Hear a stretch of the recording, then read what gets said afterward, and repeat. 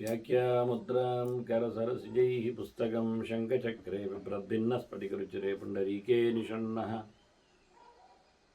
ಅಮಲಾನಶ್ರೀರಮೃತವಿಶದೈರಂಶಭಿಪ್ಲಾವಯನ್ಮಾಮಾವಿರ್ಭೂಯಾದನಗಮಹಿಮಾ ಮಾನಸೇ ವಾಗಧೀಶಃ.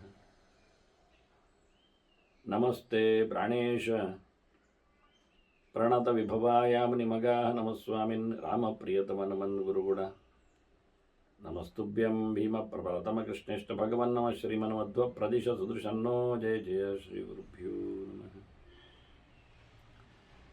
ನಾರಾಯಣಂ ಸುರಗುರುಂ ಜಗದೇಕನಾಥಂ ಭಕ್ತಪ್ರಿಯಂ ಸಕಲಲೋಕನಮಸ್ಕೃತಂ ಚ ತ್ರೈಗುಣ್ಯವರ್ಜಿತಮಜಂ ವಿಭುಮಾದ್ಯಮೀಶಂ ವಂದೇ ಭವಗ್ನಂ ಅಮರಾಸುರಸಿದ್ಧವಂದ್ಯಂ. ನಾರಾಯಣಂ ನಮಸ್ಕೃತ್ಯ ನರಂ ಚೈವ ನರೋತ್ತಮಂ ದೇವೀಂ ಸರಸ್ವತೀಂ ವ್ಯಾಸಂ ತತೋ ಜಯಮುದೀರೇ. ವೇದವ್ಯಾಸರ ಮಹಾಭಾರತದ ಚಿಂತಕರಿಗೆ ವಂದನೆಗಳು. ಅನುಶಾಸನ ಪರ್ವದ 26ನೆಯ ಪ್ರವಚನ. ಧರ್ಮರಾಜ ಗರುಡ ಪಕ್ಷಿಣಾಂ ಶ್ರೇಷ್ಠ ಅಂತೆಲ್ಲ ಮಾತುಗಳು ಕೇಳಿ ಗರುಡನ ಬಗ್ಗೆ ನನಗೆ ಹೇಳಬೇಕು ಅಂತ ತಿಳಿಸಿಕೊಟ್ಟಿದ್ದಾನೆ. ಹೀಗಾಗಿ ಭೀಷ್ಮರು ಹಿಂದೆ ತಾನು ಕೈಲಾಸದಲ್ಲಿ ಬೇಟೆಯಲ್ಲಿ ನಿಂತಾಗ ಅಲ್ಲಿ ಪರಶುರಾಮರನ್ನು ಭೇಟಿಯಾಗಿದ್ದೆ ಅಂತ ಶುರು ಮಾಡ್ತಾರೆ. ಅಲ್ಲಿ ನಾನು ಪರಶುರಾಮರಲ್ಲಿ ಕೇಳಿದ್ದೆ ನನಗೆ ಗರುಡನ ಬಗ್ಗೆ ತಿಳಿಸಿಕೊಡಬೇಕು ಅಂತ. ಹೀಗಾಗಿ ನನಗೆ ಅವರು ಹೇಳಿಕೊಟ್ಟ ಇತಿಹಾಸದ ಮಾತುಗಳು ನಾನು ನಿನಗೆ ಈಗ ತಿಳಿಸ್ತೇನೆ ಅಂತ ಹೇಳ್ತಾರೆ. ದಕ್ಷನಿಗೆ ಕದ್ರು ಮತ್ತು ವಿನತೆಯರು ಇಬ್ಬರು ಮಗಳಂದಿರು. ತುಂಬ ಜನ ಇದ್ದಾರೆ. ಅದಿತಿ, ದಿತಿ, ಧನು, ಕಾಷ್ಟ, ಅರಿಷ್ಟ, ಸುರಸ, ಇಳ, ಮುನಿ, ಕ್ರೋಧವಶ, ತಾಮ್ರ, ಸುರಭಿ, ಸರಮ, ತಿಮಿ ಇವರೆಲ್ಲರೂ ಸಹ ಕಶ್ಯಪನ ಮಡದಿಯರೇ. ಅದರಲ್ಲಿ ಇಬ್ಬರು ಕದ್ರು ಮತ್ತು ವಿನತೆಯರು. ತಾಕ್ಷಸ್ಯ ವಿನತಾ ಕದ್ರು ಪತಂಗಿ ಯಾಮಿನೀತಿ ಚ ಅಂತ ತಾರ್ಕ್ಷ್ಯನಿಗೆ ಅದು ಅವನು ಮತ್ತೆ ಇನ್ನೊಂದು ರೂಪದಲ್ಲಿದ್ದಾಗ ಅಂತ ತಿಳಿಸ್ತಾನೆ. ಏನೇ ಆಗಲಿ, ಹೀಗೆ 4 ಜನರಿಗೆ 4 ಹುಡುಗಿಯರನ್ನು ತಾರ್ಕ್ಷ್ಯನಿಗೆ ಕೊಟ್ಟಿದ್ದ ಪ್ರಜಾಪತಿಗೆ. ಅವನನ್ನಿಲ್ಲಿ ಮಾರೀಚ ಕಾಶ್ಯಪರು ಅಂತಲೇ ತಿಳಿಸ್ತಾರಾದ್ರಿಂದ ಅವನೇ ಇನ್ನೊಂದು ರೂಪದಿಂದ ಇದ್ದಾಗ ಅಂತ ಅರ್ಥ ಮಾಡಿಕೊಳ್ಳಿಕ್ಕಿರುವಂಥದ್ದು. ಅಲ್ಲಿ ಕಶ್ಯಪರಲ್ಲಿ ಕದ್ರು ಕೇಳುತ್ತಾಳೆ. ತತ್ರ ಕದ್ರೂಹು ವರಂ ಗೌರೆ ಏನು ಅಂತ ಕೇಳಿದ್ದವಳು. ಪುತ್ರಾಣಂ ದಶಕಂ ಶತಂ, ನನಗೆ ಒಂದು 10 100 110 ಅಂದರೆ 1000 ಮಕ್ಕಳು ಬೇಕು ಅಂತ ಕೇಳಿದ್ದು. ಹೇಗಿರ್ಬೇಕು ಅವರು? ತುಲ್ಯ ತೇಜ ಪ್ರಭಾವಾಣಂ ಸರ್ವೇಶಾಂ ತುಲ್ಯ ಜನ್ಮನಂ, ಎಲ್ಲ ಒಂದೇ ಪ್ರಕಾರದಲ್ಲಿ ಹುಟ್ಟಿ ಬರಬೇಕು, ಎಲ್ಲ ಬೇಕಾದಷ್ಟು ಸಾಮರ್ಥ್ಯ ವಿಶೇಷವುಳ್ಳವರೆಲ್ಲ ಆಗಬೇಕು. ಆಯಿತು ಅಂದ. ವಿನತೆ ಹೇಳ್ತಾಳೆ ನನಗೆ 2 ಮಕ್ಕಳು ಬೇಕು. ನೋಡಿ, ಅವಳು ಆಗಲೇ ಸಣ್ಣ ವಂಶದ ಚಿಂತನೆ ಇದ್ದವರು ಇದ್ದರು. ದೊಡ್ಡ ಮಟ್ಟಿನ ವಂಶವನ್ನು ಬೆಳೆಸಬೇಕೆನ್ನತಕ್ಕಂಥ ಹೆಣ್ಮಕ್ಕಳು ಇದ್ದರು. ಹಾಗಾಗಿ ಒಂದೆಡೆ 1000 ಮಕ್ಕಳನ್ನು ಕೇಳುವ ಸೋದರಿ, ಇನ್ನೊಂದು ಕಡೆಯಲ್ಲಿ 2 ಮಕ್ಕಳು ಸಾಕು ಅಂತ ಹೇಳತಕ್ಕಂತಹ ಸೋದರಿ. ಇವರಿಬ್ಬರನ್ನು ಮದುವೆಯಾದವನೊಬ್ಬರೇ. ವಿನತೆ ಹೇಳ್ತಾಳೆ, ವಿನತಾ ಒಬ್ಬರೇ, 2 ಪುತ್ರೋ ವೀರೋ, ನನಗೆ ಒಳ್ಳೆ ಪರಾಕ್ರಮಶಾಲಿಗಳೇ ಬೇಕು. ಇಲ್ಲಿ ವೀರ ಶಬ್ದ ವಿಷ್ಣುವಿನೆಡೆಗೆ ಸಂಬಂಧಪಟ್ಟವರು ಎನ್ನುವ ಅರ್ಥವೂ ಆಗ್ತದೆ. ವಿಷ್ಣುನಾ ಈ ರೀತವು ಅಂತ ಅರ್ಥ ಮಾಡಿದ್ರು, ವಿಷ್ಣು ಪ್ರೇರಣೆಯಲ್ಲಿ ಒಳಗಾಗುವವರು ಅಂತ ಹೇಳಿಬಿಟ್ರೆ ಅವರಿಬ್ಬರು ಮುಂದೆ ಬರುವವರು ನಮಗೆ ಹೇಗೆ ಭಗವಂತನಿಗೆ ಸಂಬಂಧಪಟ್ಟಿರ್ತಾರೆ ಎನ್ನುವುದು ಅರ್ಥ ಮಾಡಿಕೊಳ್ಳಿಕ್ಕಾಗ್ತದೆ ಆ ಶಬ್ದ ಕೇಳಿಕೊಳ್ಳುವ ರೀತಿ ನೋಡಿದಾಗ. ಕದ್ರಪುತ್ರ ಸಹಸ್ರೇಣ ತುಲ್ಯ ವೇಗ ಪರಾಕ್ರಮ, ನನಗೆ ಮತ್ತೆ ಸೋದರಿಯ ಮಕ್ಕಳ ಹಾಗೆ, ಅವಳಿಗೆ 1000 ಮಕ್ಕಳಿದ್ದಾರಲ್ಲ, ನನಗೆ 2 ಮಕ್ಕಳಾದರೂ 1000 ಮಕ್ಕಳ ಹಾಗೆ ಇವರು ಸಹ ಶ್ರೇಷ್ಠರೇ ಆಗಬೇಕು. ಪರಾಕ್ರಮದಲ್ಲಿ, ವೇಗದಲ್ಲಿ, ಎಲ್ಲದರಲ್ಲಿ. ಇಲ್ಲಿ ಅವಳು ಕೇಳಿಕೊಂಡಾಗ ವೇಗ ಶಬ್ದವನ್ನು ಕೇಳಿದ್ರಿಂದ ಒಂದು ವಿಶಿಷ್ಟವಾದ ಅರ್ಥ ಕಾಣ್ತದೆ. ಎಲ್ಲಕ್ಕಿಂತ ವಿಶೇಷವಾಗಿ ವೇಗವನ್ನು ಸಂಪಾದನೆ ಮಾಡುವವುಗಳು ಅಂದರೆ ಜೀವಜಾತಗಳಲ್ಲಿ ಹಕ್ಕಿಗಳೇ ಅಲ್ವಾ. ಹಾರುವ ಮೂಲಕ ವೇಗದಿಂದ ಕ್ರಮಿಸುತ್ತಾರೆ ಜಾಗವನ್ನು. ಕೆಲವು ಪ್ರಾಣಿಗಳು ವೇಗವಾಗಿ ಓಡ್ತವೆ ಅಂತ ಇದೆ, ಆದರೆ ಅದಕ್ಕಿಂತಲೂ ಜಾಸ್ತಿಯಾಗಿ ಓಡುವ ಹಕ್ಕಿಯೂ ಇದೆ ಎನ್ನುವುದನ್ನು ತೋರಿಸಿಕೊಡ್ತಾರೆ. ಮರುಭೂಮಿಯಲ್ಲಿ, ಬೇರೆ ದೇಶಗಳಲ್ಲಿ ಅಲ್ಲ. ಅದು ಹಕ್ಕಿ ಕಾಲಿನಲ್ಲೇ ಓಡುವುದು ಪ್ರಾಣಿಗಿಂತ ಮಿಗಿಲಾಗಿ. ಇವತ್ತು ಸುಮಾರಾಗಿ ಈ ಚೀತಾವನ್ನು, ಚಿರತೆಯನ್ನು ಬಹಳ ಜೋರಾಗಿ ಹಾರುವ ಪ್ರಾಣಿಯನ್ನಾಗಿ, ಓಡುವ ಪ್ರಾಣಿಯನ್ನಾಗಿ, ಹಾರಿಕೊಂಡು ಓಡುವ ಪ್ರಾಣಿಯನ್ನಾಗಿ ಗಮನಿಸಿದರೆ ಆ ಉಷ್ಟ್ರವನ್ನು, ಪಕ್ಷಿಯನ್ನು ಅದಕ್ಕಿಂತ ಜೋರಾಗಿ ಓಡುವ ಪ್ರಕಾರದಲ್ಲಿ ತೋರಿಸಿಕೊಳ್ಳೋದು. ಎರಡೇ ಕಾಲಲ್ಲಿ, ಹಾರುವುದಿಲ್ಲ. ಇದರಿಂದ ವೇಗದ ಬಗ್ಗೆ ನನಗೆ ಇಲ್ಲಿ ವಿನತಿ ಕೇಳಿದಾಗ, ಅಂದರೆ ಅದರೊಳಗೆ ಅಭಿಪ್ರಾಯ ಕೂತಿರ್ತದೆ. ಆಯಿತು ಅಂದ, ತದಾಸ್ತು ಗಣ್ಣನಾದವ. ಹಾಗೆ ಅವರು ಮೊಟ್ಟೆಗಳನ್ನು ಹೆತ್ತರು. 1000 ಮೊಟ್ಟೆ, ಇವಳು 2 ಮೊಟ್ಟೆ. ಕೊನೆಗೆ ಸೋಪಸ್ವೇದೇಶು ಪಾತ್ರೇಶು ನಿಧದು ಪರಿಚಾರಿಣ, ಕೆಲಸದವರ ಹತ್ರ ಹೇಳಿ ಅದನ್ನೊಂದು ಪಾತ್ರೆಯಲ್ಲಿ, ಮಡಕೆಯಲ್ಲಿ, ದೊಡ್ಡ ಕೊಡಪಾನದಲ್ಲಿ ಇಡ್ಲಿಕ್ಕೆ ವ್ಯವಸ್ಥೆ ಮಾಡಿದರು, ತುಪ್ಪ ಎಲ್ಲ ಹಾಕಿ. ಈ ರೀತಿಯಾದಂತಹ ಸೃಷ್ಟಿಯ ಕಥೆ ಇದೆ ಅಂತ ನಾವು ಅರ್ಥ ಮಾಡಿಕೊಳ್ಳಲಿಕ್ಕೆ ಉಂಟು. ಅದನ್ನು ಭಾರತವೇ ಹಿಂದೆ ಹೇಳಿತ್ತು, ನಾವು ಕೇಳಿದ್ದೇವಲ್ಲ, ದೇವತೆಗಳ ಸೃಷ್ಟಿಯ ರೀತಿಗಳು ಹೇಗೆ ಅಂತ. ದೇವತೆಗಳು ಮಾತ್ರ ಏನು, ದೇವತೆಗಳೇ ಮನುಷ್ಯ ಲೋಕದಲ್ಲಿಯೂ ಆದಾಗಲೂ ಇಲ್ಲಿಯೂ ಸಹ ದುರ್ಯೋಧನಾದಿಗಳ ಜನ್ಮ ನೋಡಿಕೊಂಡಾಗ ಇಲ್ಲಿ 100 ಮಡಿಕೆ, ಅಲ್ಲಿ 1000. ಹೀಗೆ ಸುಮಾರು ವರ್ಷಗಳಾದವು. 500 ವರ್ಷ ಆಯಿತು.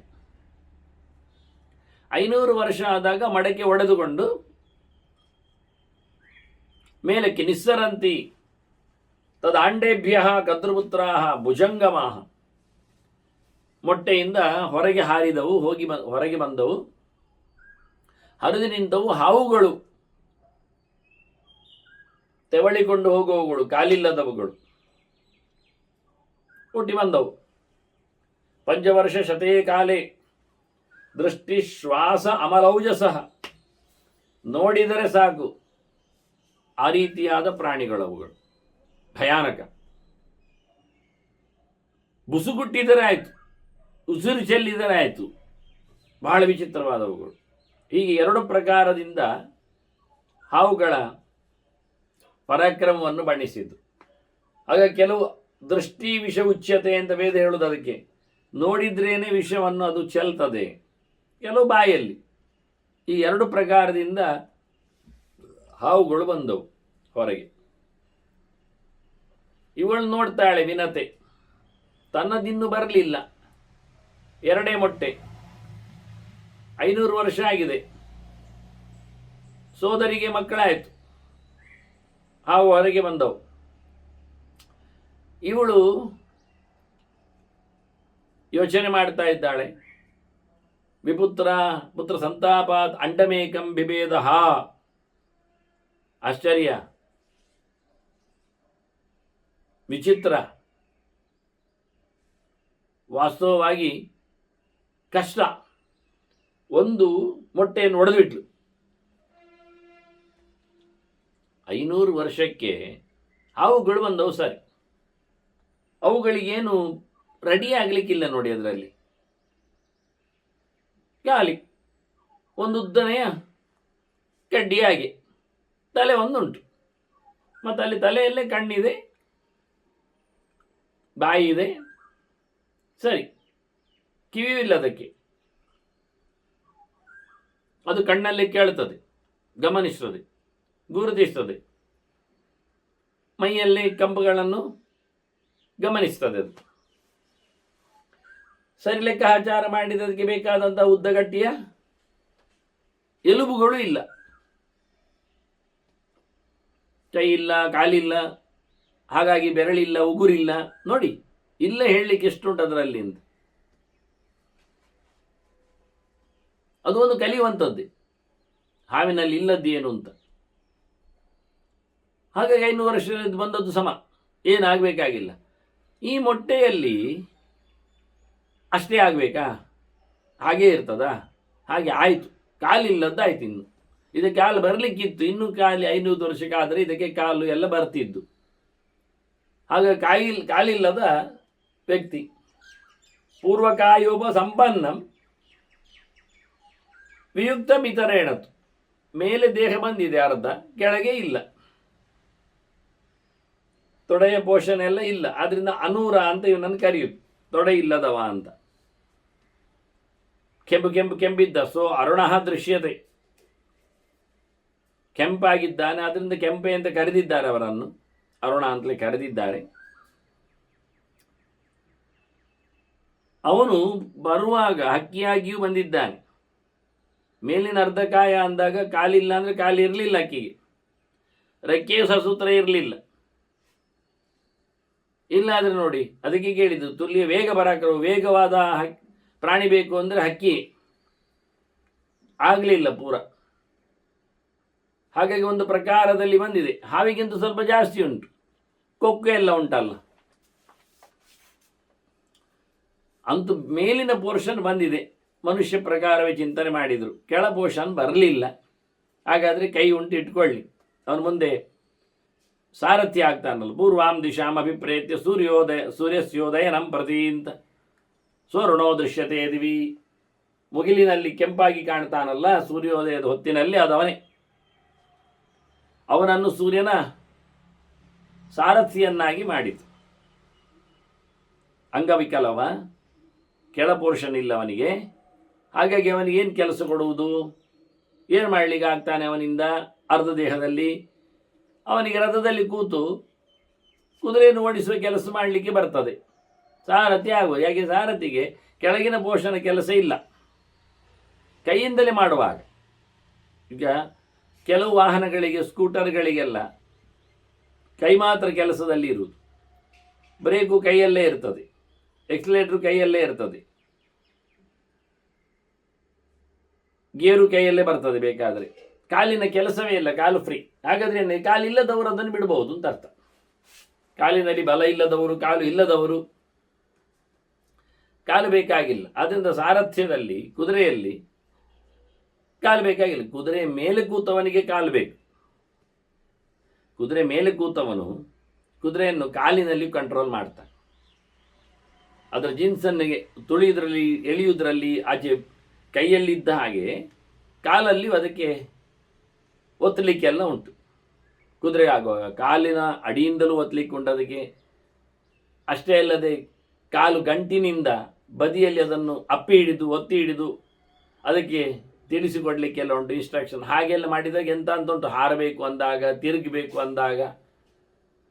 ಕೆಲವೊಮ್ಮೆ ಜೀನ್ಸನ್ನು ಸೊಂಟಕ್ಕೆ ಸುಮ್ಮನೆ ಇಟ್ಟುಬಿಟ್ಟು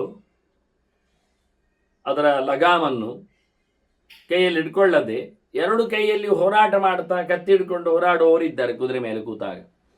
ಆಗ ಕುದುರೆಗೆ ಅವನು ಸಂಜ್ಞೆಯನ್ನು ತನ್ನ ಕಾಲಲ್ಲೇ ಕೊಡ್ತಾನೆ, ಗಂಟಿನಲ್ಲಿ, ಗಂಟಿನಲ್ಲಿ ಎರಡು ಕಾಲುಗಳನ್ನು ಅಲ್ಲಾಡಿಸುವ ಮೂಲಕ. ಆನಂತರ ಕಾಲಿನಲ್ಲಿ ಕೆಲವೊಂದು ರಿಂಗ್ಗಳಿರ್ತವೆ, ಅದನ್ನು ತನ್ನ ಕಾಲೊಳಗೆ ಹಾಕೊಂಡಿರ್ತಾನೆ, ಒತ್ತುವ ಮೂಲಕ, ಎಳೆಯುವ ಮೂಲಕ. ಆಗ ಕಾಲಿನಲ್ಲಿ ಅವುಗಳನ್ನು ಪ್ರಾಕ್ಟೀಸ್ ಮಾಡ್ತಾ ಕೈಗಳಲ್ಲಿ ಇಟ್ಕೊಳ್ಳದೇನೆ ಕುದುರೆ ಮೇಲೆ ಕೂತು ಸವಾರರ ಕಥೆಗಳಲ್ಲಿ ಇರ್ತಾರೆ. ಇವಂತೂ ಸೂರ್ಯನ ಸಾರಥಿ, ಸೂರ್ಯನ ರಥದಲ್ಲಿ ಕೂತ್ಕೊಳ್ಳಿಕ್ಕುಂಟು, ಕಾಲಿನ ಕೆಲಸ ಇಲ್ಲ, ಕೈಯಲ್ಲಿ ಕೆಲಸ ಇರುವುದು. ಚಾಟಿ ಹಿಡಿಯುವುದು ಕೈಯಲ್ಲಿ, ಅವುಗಳ ಲಗಾಮ ಹಿಡಿಯುವುದು ಅದೇ. ಅದನ್ನು ಆ ಕೆಲಸದಲ್ಲಿ ಸೇರಿಕೊಂಡ ಕೊನೆಗೆ. ಆದರೆ ಇವಳು ನೋಡ್ತಾಳೆ, ಸಾಪಶ್ಯತ್ ಅಣ್ಣ ನಿಷ್ಕ್ರಾಂತಂ, ಮೊಟ್ಟೆಯಿಂದ ಹೊರಗೆ ಬರುವವನನ್ನು ನೋಡಿದ್ಲು, ಅಯ್ಯೋ ಅಂತ ಹತ್ಕೊಂಡ್ಲು. ಮಗುವಂತೂ ಅಳಿಬೇಕಾ? ಅಳುದು ಯಾಕೆ ಹೇಳಿದರೆ ಮಗುವಂತೂ ಪೂರ ಆಗಲಿಲ್ಲಲ್ಲ. ಪುತ್ರ ದುಃಖಾನ್ವಿತ ಅಶೋಚತ್, ಅಯ್ಯೋ ಮಗ ಹೇಳಿಕೊಂಡು ಗೋಳ ಆಡಿದ್ಲು. ಇವನು ಹೊತ್ತು ಬಿಟ್ಟಿದ್ದ ಮಗನು ಸಹ.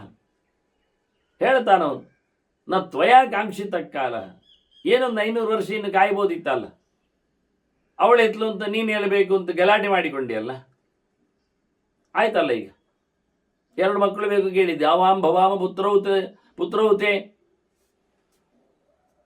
ಶ್ವಸನಾತ್ ಬಲ ವಿಕ್ರಮು, ನಾವಿಬ್ರು ನಿನ್ನ ಮಕ್ಕಳಾಗ್ತಿದ್ದೆವು, ಭಾರಿ ಜೋರು ಇರ್ತಿದ್ದೆವು. ಎಲ್ಲಿವರೆಗೆ ಅಂದರೆ ಗಾಳಿಗಿಂತಲೂ ಜೋರು ನಮ್ಮದು ಸ್ಪೀಡ್, ಹಾಗಿರ್ತಿದ್ದೆವು ನಾವು. ಆದರೆ ನೀನು ಹೊಟ್ಟೆ ಕಿಚ್ಚಿಗೆ ಬಲಿಯಾದೆ. ಈರ್ಷ್ಯ ಕ್ರೋಧಾಭಿಭೂತತ್ವಾತ್,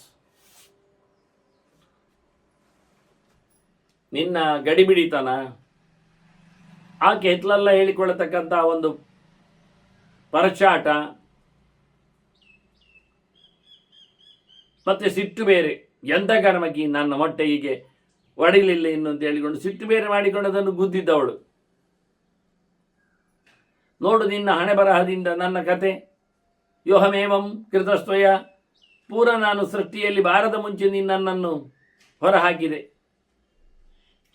ಅನ್ಯಾಯ ಆಯಿತು. ಇನ್ನು ನಾನೇನು ಮಾಡೋದು? ಏನಾಗಿರ್ತೇನೆ? ಇನ್ಯಾರೋ ನನಗೆ ಕೆಲಸ ಕೊಡಬೇಕು, ನಾನೇ ಸ್ವತಂತ್ರವಾಗಿ ಎಲ್ಲ ಇಲ್ಲ. ನೋಡಿ, ಅವನು ಸೂರ್ಯನ ಸಾರಥಿ ಆದರೆ ಸೂರ್ಯ ದೊರೆ, ಇವ ದಾಸ, ಸೇವಕ, ಸರ್ವೆಂಟ್. ತಸ್ಮಾತ್ ತ್ವಮಪಿ ಮೇ ಮಾತಾ ದಾಸಿ ಭವಂ ಗಮಿಷ್ಯಸಿ. ಇವಾಗಲೇ ಮಗುವಾಗಿ ಬಂದವನೇ ಶಾಪ ಕೊಡ್ತಾನೆ ಅಮ್ಮನಿಗೆ, ನೀನು ಗಡಿಬಿಡಿ ಮಾಡಿದೆ, ಹೊಟ್ಟೆ ಇಚ್ಚು ನಿನಗೆ, ನಿನ್ನ ಸೋದರಿ ಎತ್ತಲು ಅಂತ ಹೇಳಿಕೊಂಡು ನಮ್ಮ ಮೇಲೆ ಸಿಟ್ಟು ಬೇರೆ ಮಾಡಿದೆ, ಇನ್ನು ಹೊರಗೆ ಬರಲಿಲ್ಲ ಅಂತ. ಅರ್ಧ ಮಾಡಿಬಿಟ್ಟೆ ಅಲ್ಲ ನನ್ನನ್ನು, ಇನ್ನೆಂತ ಮಾಡಲಿಕ್ಕೆ ಆಗುತ್ತೆ ಸಮ?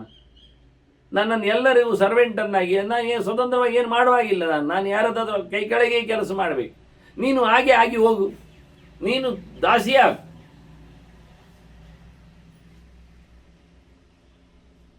500 ವರ್ಷ ನೀನು ಸಹ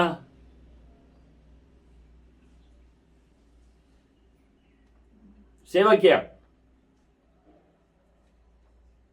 ಮತ್ತು ಇವನೇ ಅಮ್ಮನಿಗೆ ಪ್ರತಿಶಾಪವನ್ನು ಕೊಡ್ತಾನೆ. ಶಾಪ ಮೋಕ್ಷ ಇಷ್ಯತೆ ಮಾತಃ ದಾಸೀಭಾವಾತ್ ಮಮ ಅನುಜ. ನನ್ನ ನಂತರ ಬರ್ತಾನಲ್ಲಿ ಮೊಟ್ಟೆಯಲ್ಲಿ, ಅವ ನಿನಗೆ ದಾಸ್ಯದಿಂದ ಮೋಚನೆ ಕೊಡ್ತಾನೆ. ನೋಡಿ, 500 ವರ್ಷ ಇನ್ನು ಬೇಕವು ಬರಲಿಕ್ಕೆ. ಇವಳು ಅಷ್ಟು ವರ್ಷ ಅವಳು ದಾಸಿಯಾಗಿ ಕೂತ್ಬಿಟ್ಲು. ಸಿಕ್ಕಿಬಿದ್ದ ಕತೆ ನೋಡಿ. ಬಂದವನೇ ಕೇಳಿಕೊಂಡ, ಮತ್ತೆ ಮುಗಿಸಿದ, ಅದು ವಿಷಯ ಬೇರೆ. ಏನು ಮಾಡೋದು ಅವಳು?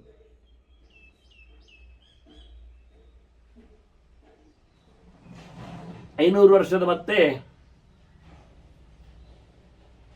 ಗರುಡ ಬರ್ತಾನೆ, ಬಂದಿದ್ದಾನೆ ಅಂತ ಭೀಷ್ಮರ ಕತೆ ಹೇಳ್ತಾರೆ. ಮಧ್ಯೆಯಲ್ಲಿ ಆ ಘಟೆಯನ್ನು ಮತ್ತೆ ಹೇಳ್ತಾರೋ ಏನಾಯ್ತು ಮಧ್ಯದಲ್ಲಿ ಅಂತ. ಇನ್ನೊಂದು ಹೊಟ್ಟೆಯ ಕತೆ ಏನು ಅಂತ ಹೇಳ್ಬೇಕು ಅವರಿಗೆ. ಬಂಧುರಾಸ್ಯ ಶಿಖಿ ಪಕ್ಷಕೋಶ ಕೂರ್ಮರಕ ಮಹಾನ್. ಆಮೆಯ ಉಗುರಿನಂತೆ ಅಗಾಲವಾದ ಉಗುರುಗಳು,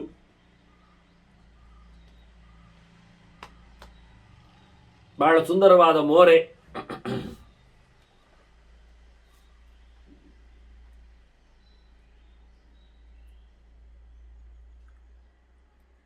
ಪಂಚವರ್ಣದ ಗರುಡನನ್ನು ಆಚಾರ್ಯ ಮಧ್ವರು ಗಮನಿಸ್ತಾರೆ, ಗುರುತಿಸ್ತಾರೆ. ಪೀತಃ ಶುಕ್ಲ ಅರುಣೋ ಹರಿತ್ ಕೃಷ್ಣಶ್ಚ ಅಂತ. ಹಳದಿ ಕಾಲಿನವ, ಬಿಳಿ ಮೇಲಿನ ಭಾಗ ಅವನದ್ದು, ಕಾಲಿನಿಂದ ಮೇಳಕ್ಕೆ ಸೊಂಟದವರೆಗೆ. ಮತ್ತೆ ನಡುದೇಹವನದ್ದು ಕೆಂಪು, ಮೋರೆ ಪಚ್ಚೆ, ತಲೆಗೂದಲು ಕಪ್ಪು. ಇಷ್ಟು ಬಣ್ಣದವವ.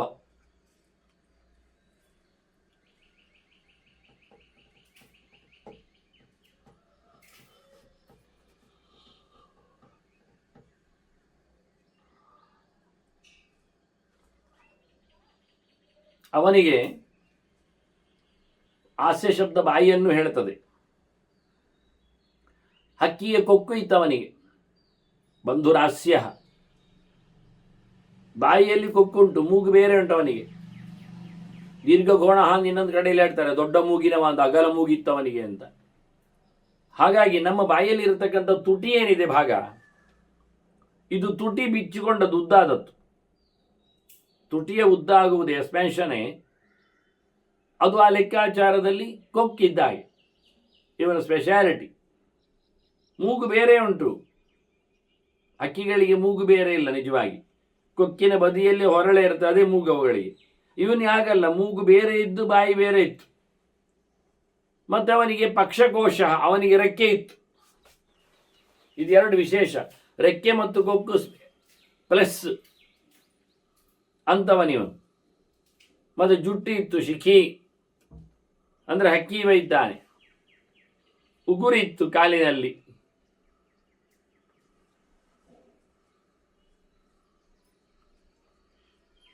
ಯೋಗ್ಯತೆಯಲ್ಲಿ ದೊಡ್ಡವನೇ, ಗಾತ್ರದಲ್ಲಿಯೂ ರಕ್ತಾಕ್ಷ, ಕೆಂಪು ಕಣ್ಣು, ಸಂಹತ ಗ್ರೀವ, ಸಣ್ಣ ಕುತ್ತಿಗೆ,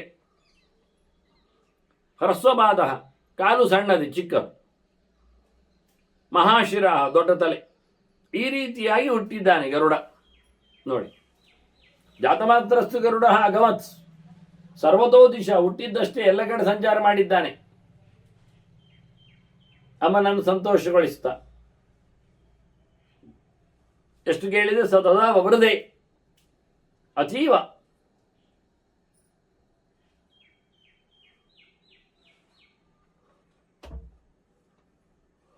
ಭಾರಿ ಎತ್ತರಕ್ಕೆ ಬೆಳೆದಿದ್ದಾನೆ. ಸರ್ವಕಾಮೈಹಿ ಸದಾ ಅರ್ಚಿತ, ಎಲ್ಲ ಬೈಕೆಗಳಿಗೋಸ್ಕರ ಎಲ್ಲರೂ ಅವನನ್ನು ಪೂಜೆ ಮಾಡಲಿಕ್ಕೆ ಹತ್ತಿದ್ದಾರೆ. ಈ ರೀತಿಯಾಗಿ ವಿಶೇಷವಾಗಿ ಗರುಡನ ಜನ್ಮವನ್ನು ಚಿಂತನೆಯಲ್ಲಿ ತರ್ತಾರೆ.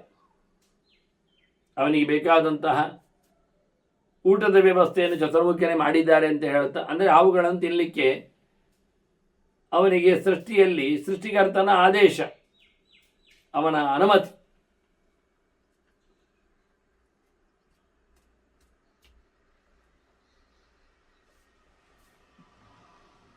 ಇಲ್ಲಿ ದಾಸೀಭಾವಕ್ಕೆ ಏನು ಕಾರಣ, ಏನು ಇತಿಹಾಸ ಅದರದ್ದು ಅನ್ನೋದರ ಬಗ್ಗೆ ವಿಶ್ವರು ಇವರಿಬ್ಬರ ಸೃಷ್ಟಿಯ ಬಗ್ಗೆ ಹೇಳುತ್ತಾ ಉಲ್ಲೇಖ ಮಾಡ್ತಾರೆ. ಒಂದು ಸರ್ತಿ ಸಮುದ್ರದಲ್ಲಿ ಇವರು ಕುದುರೆಯನ್ನು ನೋಡಿದರು. ಅದು ಇಂದ್ರನ ಕುದುರೆ, ಉಚ್ಚೈಶ್ರವಸ್ಸು ಕುದುರೆ, ಸಮುದ್ರದಿಂದ ಮೇಲೆ ಬಂದದ್ದು. ಇವರು ಸಮುದ್ರ ಬದಿಯಲ್ಲಿ ನೋಡಿದ್ರು, ಅದು ಒಂದು ಕಡೆಯಲ್ಲಿ ಉಂಟು, ಇವರೊಂದು ಕಡೆಯಲ್ಲಿದ್ದಾರೆ. ತದೃಶಾದೇಚ ತೇ ಯಾಂತಂ ಉಚ್ಚೈಶ್ರವಸ ಮಂತಿಗಾತ್, ಅವರ ಪಕ್ಕದಲ್ಲಿ ಅದು ಹೋದದ್ದು ಕುದುರೆ ಮಾತ್ರ. ಅದಾಗಲೇ ಅದು ಮಿಂದು ನೀರು ಕುಡಿದು ಹೊರಟಿದೆ. ಇವರು ನೋಡಿದ್ರು ಅದನ್ನು. ಕದ್ರೆ ಹೇಳ್ತಾಳೆ, ಅದು ಸಂಜೆ ಹೊತ್ತು ನೋಡಿದ್ದವರು ನಿಜವಾಗಿ. ಕದ್ರೆ ಹೇಳ್ತಾಳೆ, ನೋಡಿ ದೇವರ ಪ್ರೇರಣೆ ಕತೆ, ಮಾತಾಡುವ ವಿಷಯ ಏನುಂಟು ನೋಡಿ.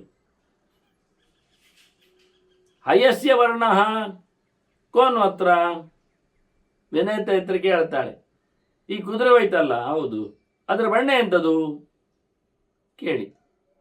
ಸುಮ್ಮನೆ ಆಡುವ ಸ್ಟೈಲ್ ಇದ್ದಾಗೆ ಅಕ್ಕ ತಂಗಿಯರು.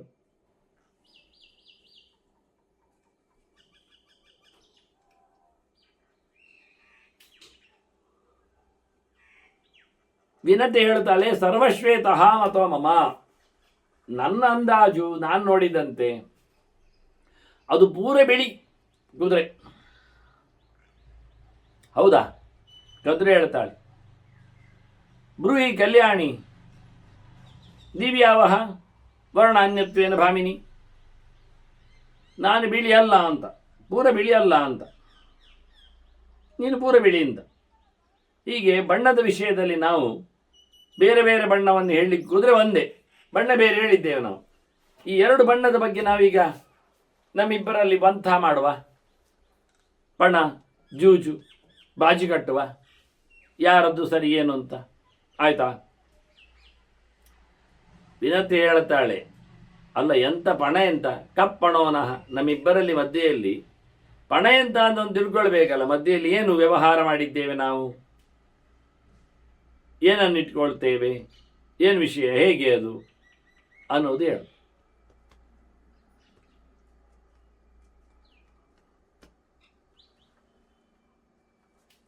ಆಗ ಕದ್ರು ಹೇಳ್ತಾಳೆ, ಗೆದ್ದವರು ಮಾಲೀಕರಾಗಿ, ಸೋತವರು ಅವಳ ದಾಸಿ ಆಗಲಿಕ್ಕೆ, ಕೆಲಸದವಳಾಗಲಿಕ್ಕೆ. ಜಿತಾ ದಾಸಿ ಭವೇತ್ ಮೇ ತ್ವಂ, ನಾನೊಂದೊಮ್ಮೆ ಗೆದ್ದರೆ, ನೀನು ನನ್ನಿಂದ ಸೋತರೆ ನೀನು ನನ್ನ ದಾಸಿ ಆಗಬೇಕು. ಅಹಂಚಾಪಿ ಅಸಿತೇಕ್ಷಣಿ, ಒಂದೊಮ್ಮೆ ನೀನು ಗೆದ್ದರೆ ನಾನು ಸೋತರೆ ನಾನು ನಿನ್ನ ದಾಸಿ ಆಗ್ತೇನೆ, ಚಾಕರಿಯವಳಾಗ್ತೇನೆ, ಕೆಲಸದವಳಾಗ್ತೇನೆ. ಹೇಗೆ ದೇವಯಾನಿಗೆ ಶರ್ಮಿಷ್ಠೆ ದಾಸಿಯಾಗಿ ಬಂದಳು ಸುಮಾರು ವರ್ಷಗಳ ಕಾಲ, ಹಾಗೆ ಪರಿಚಾರಿಕೆ ಅಂತ ಅರ್ಥ, ಕೆಲಸ ಮಾಡುವವಳು. ಸರಿ, ಯಾವ ವಿಷಯದಲ್ಲಿ ಇದು ಬಾಜಿ? ನೈಕ ನೈಕ ವರ್ಣ ನೈಕ ವರ್ಣೈಕ ವರ್ಣತ್ವ, ನೈಕ ವರ್ಣತ್ವ ವರ್ಣೈಕತ್ವ, ಅನೇಕ ಬಣ್ಣ ಒಂದು ಬಣ್ಣ ಅಂತ. ನೈಕ ವರ್ಣೈಕ ವರ್ಣತ್ವೇ, ಬಹಳ ಬಣ್ಣದ ಕುದುರೆ ಅಂತ ನಾನು, ಬಹಳ ಅಂದ್ರೆ ಅನೇಕ, ಅನೇಕ ಅಂದರೆ ಒಂದಲ್ಲ ಅಂತ, ಎರಡು ಅರ್ಥ, ಎರಡು ಇಟ್ಕೊಳ್ಳಿ. ಅದು ಒಂದೇ ಬಣ್ಣ ಅಂತೂ ಅಲ್ಲ, ಒಂದು ಬಣ್ಣ ಅಂತ ನೀನು, ಒಂದು ಬಣ್ಣ ಅಲ್ಲ ಅಂತ ನಾನು. ನಮ್ಮಿಬ್ಬರಲ್ಲಿ ಬೆಟ್ಟಿಂಗ್, ಏನದದ್ದು ರಿಸಲ್ಟ್ ಕೇಳಿದರೆ ಒಂದೇ ಬಣ್ಣ ಆದರೆ ನಾನು ವಿನತೆ, ಒಂದು ಅಲ್ಲದಿದ್ದರೆ ಬಣ್ಣ, ಡಿಫ್ರೆಂಟ್ ಬಣ್ಣ ಉಂಟು ಅಂತಾದರೆ ಆ ಕುದುರೆಯಲ್ಲಿ ಹಾವುಗಳದ್ದೇ ವಿಶೇಷವಾದ ಜಯ ಆಗ್ತದೆ. ಹಾವುಗಳದ್ದು ಅವುಗಳ ತಾಯಿತ್ತು, ಕದ್ರವಿನತ್ತು. ಆಯಿತು, ವಿನತೆ ಆಯಿತು ಅಂತಾಳೆ. ರೋಚತೆ ಮೇ ಪಣೆ ರಾಜ್ಯ ದಾಸಿತ್ವೇ ನನ್ನ ಸಂಶಯ. ಆಯಿತು, ಸೋತವರು ಗೆದ್ದವರ ಸೇವಕರಾಗಲಿಕ್ಕೆ, ಸೇವಕಿಯರಾಗಲಿಕ್ಕೆ ಆಯ್ತು, ನನಗೆ ಒಪ್ಪಿಗೆ ಉಂಟು, ತೊಂದರೆ ಇಲ್ಲ. ಸತ್ಯ ಮಾತಿಷ್ಟ ಭದ್ರ ಅಂತ, ಸತ್ಯ ಆಗಿರಬೇಕು ಮಾತ್ರ ನೀನು. ಖಂಡಿತವಾಗಿಯೂ ಈ ವಿಷಯದಲ್ಲಿ ತೊಂದರೆ ಇಲ್ಲ, ನಿನಗೆ ಒಳ್ಳೆಯದಾಗಿ. ಆಗ ವಿನತೆ ಹೀಗೆ ಹೇಳಿದಾಗ ಯೋಚನೆ ಮಾಡಿ ಹೇಳ್ತಾಳೆ, ಕಾದ್ರು ಸತ್ಯೇ ಸ್ಥಾಸ್ಯಾಮಿ ಚ ಅನ್ವಹಂ, ನಾನು ಸತ್ಯವನ್ನೇ ಹೇಳುತ್ತೇನೆ, ನಾನು ಸತ್ಯವನ್ನೇ ನಂಬುತ್ತೇನೆ. ಮುಂದೆ ಕದ್ರು ಹೋದ್ಲು, ಮಕ್ಕಳನ್ನು ಕರೆದು ಹೇಳ್ತಾಳೆ ಹಾವುಗಳ ಹತ್ರ, ಸಾವಿರ ಗಾತ್ರದಲ್ಲಿದ್ದಾವೆ ಸಂಖ್ಯೆಯಲ್ಲಿ, ಹೋಗಿ ಯೋಗ್ಯರಿದ್ದಾರಂತ ಹಾವುಗಳು. ಪ್ರಸ್ತಾವ ಬಂದಿಟ್ಲ ಅವಳು. ಕುದುರೆ ಇತ್ತಲ್ಲ, ಸಮುದ್ರ ಮತದಿಂದ ಮೇಲೆ ಬಂದದ್ದು, ಇಂದ್ರನಿಗೆ ಸಿಕ್ಕಿದ್ದು, ಉಚ್ಚೈಶ್ರವ ಸುಬ್ಬಿ, ಅದು ನಾವು ಅಲ್ಲಿ ಸಮುದ್ರ ಬದಿಯಲ್ಲಿ ಅದು ಮಿಂದು ನೀರು ಕುಡಿದು ಬಂದಾಗ ಹತ್ತಿರದಲ್ಲಿ ಹೋದಾಗ ನಾವಿಬ್ಬರು ಬಾಜಿ ಕಟ್ಟಿದ್ದೇವೆ, ಬೆಟ್ಟಿಂಗ್. ಯಾರಿಗೆ ಹೇಳಿದ್ದು ಸರಿಯಾಗ್ತದೋ ಅವರು ವಿನ್ ಆಗ್ತಾರೆ, ಉಳಿದವಳು ಕೆಲಸದವಳಾಗ್ತಾಳೆ. ಇದು ಕ್ರಮ. ಅಲ್ಲಿದ್ದದ್ದು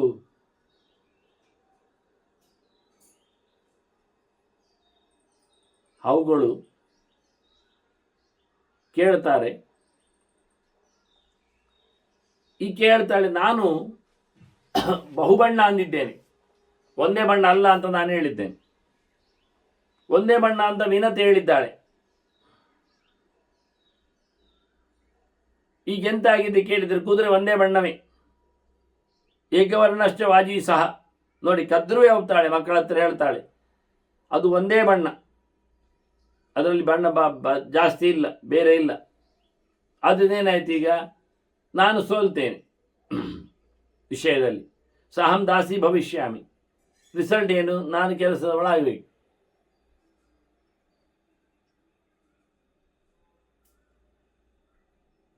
ಇದು ಮುಖ್ಯ. ಈಗೇನು ಮಾಡಬೇಕು,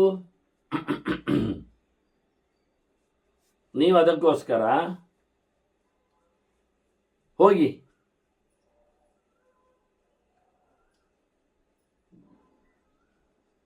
ತೇಯುಯಂ ಅಶ್ವಪ್ರವರಂ ಆವಿಷಧ್ವಂ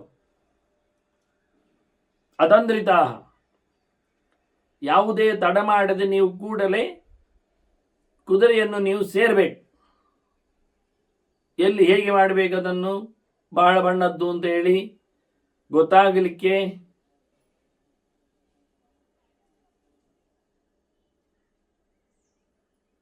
ಅದು ಮುಖ್ಯ. ನೀವು ಹೋಗಿ ಅದನ್ನು ಕಪ್ಪು ಮಾಡಲಿಕ್ಕೆ ಉಂಟು. ನಾನಾಗ ಗೆಲ್ತೇನೆ.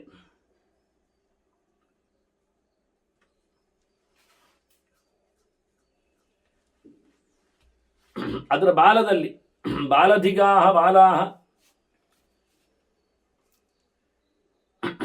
ಬಾಲದ ಸುತ್ತ ನೀವು ಸುತ್ತಿಕೊಂಡು ಭೂತ್ವ ಅಂಜನ ಪ್ರವಾಹ, ಕಪ್ಪು ಬಣ್ಣದ ಹಾವುಗಳಾಗಿ, ಎಲ್ಲ ಹಾವುಗಳು ಕಪ್ಪೇ ಇರುವುದು, ಅದರಲ್ಲಿ ಸೆಲೆಕ್ಟೆಡ್ ಭಾರಿ ಕಪ್ಪಿನ ಎಲ್ಲ ಹಾವುಗಳಾಗಿ ನೀವು ಹೋಗಿ ಆ ಬಿಳಿ ಕುದುರೆಯ ಬಾಲವನ್ನು ನೀವು ಸುತ್ತಬೇಕು. ಅದಕ್ಕೆ ಹಾವುಗಳು ಹೇಳ್ತಾರೆ, ಎಂಥದ ಕತೆ ಏನು, ನೀನು ದಾಸಿ ಆಗ್ತಿ, ಕುದುರೆ ಬಿಳಿಯಾಗಿದೆ, ಆದ್ದರಿಂದ ಅದನ್ನು ಕಪ್ಪು ಮಾಡಬೇಕು. ಕಪ್ಪು ಮಾಡಿ ನೀನು ಬಾಜಿಯಲ್ಲಿ ವಿನ್ ಆಗಬೇಕು. ನೀನು ದಾಸಿ ಆಗಬಾರ್ದು ಅಲ್ಲವಾ? ಎಂಥ ವಿಚಿತ್ರ ಮಾರಾಯಿತಿ. ಮೋಸದಿಂದ ಗೆಲುವು ಬೇಗ ನಮಗೆ. ನೋಡಿ ಮಕ್ಕಳ ಮಾತು, ನಿಕೀರ್ತ್ಯ ನ ಜಯ ಶ್ರೇಯಾನ್. ಮೋಸ ಮಾಡಿ ಗೆಲ್ಲುವುದು ಎನ್ನುವುದು ಒಳ್ಳೆಯದಲ್ಲ. ಯಾವಾಗಕ್ಕೂ ಆಯತ್ಯಾಂಚ ತದಾತ್ವೇಚ ನತ್ತ ಧರ್ಮೋತ್ತರ ವಿದ್ಯತೆ. ಈಗಲೂ ಸರಿ ಇಲ್ಲ, ಮುಂದೆಯೂ ಸರಿ ಇಲ್ಲ. ನಾವು ಮೋಸದಲ್ಲಿ ಗೆಲ್ಲುವ ಮೂಲಕ ಮುಂದಕ್ಕೆ ನಮಗೆ ಪಾಪವೇ ಅಣ್ತದೆ. ಈಗ ಜನ್ಮದಲ್ಲಿ ನಾವು ಮೋಸದಿಂದ ಬದುಕುವುದನ್ನು ಇಷ್ಟಪಡಬಾರದು.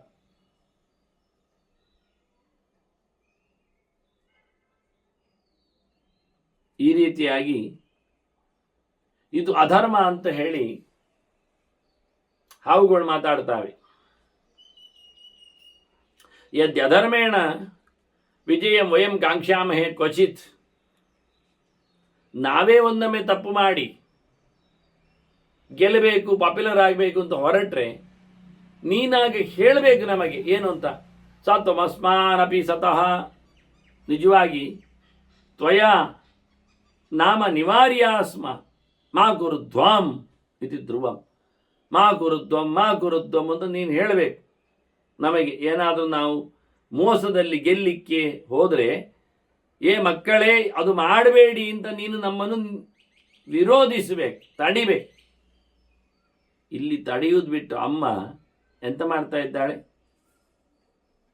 ಸಾತ್ವಂ ಅಸ್ಮಾನಪಿ ಸತಃ ವಿಪಾಪಾನ್ ರುಜುಬುದ್ಧಿನಃ ಕಲ್ಮಾಶೇಣ ಅಪಿ ಸಂಯೋಕ್ತುಂ ಕಾಂಕ್ಷಸೆ ಲೋಭಮೋಹಿತ.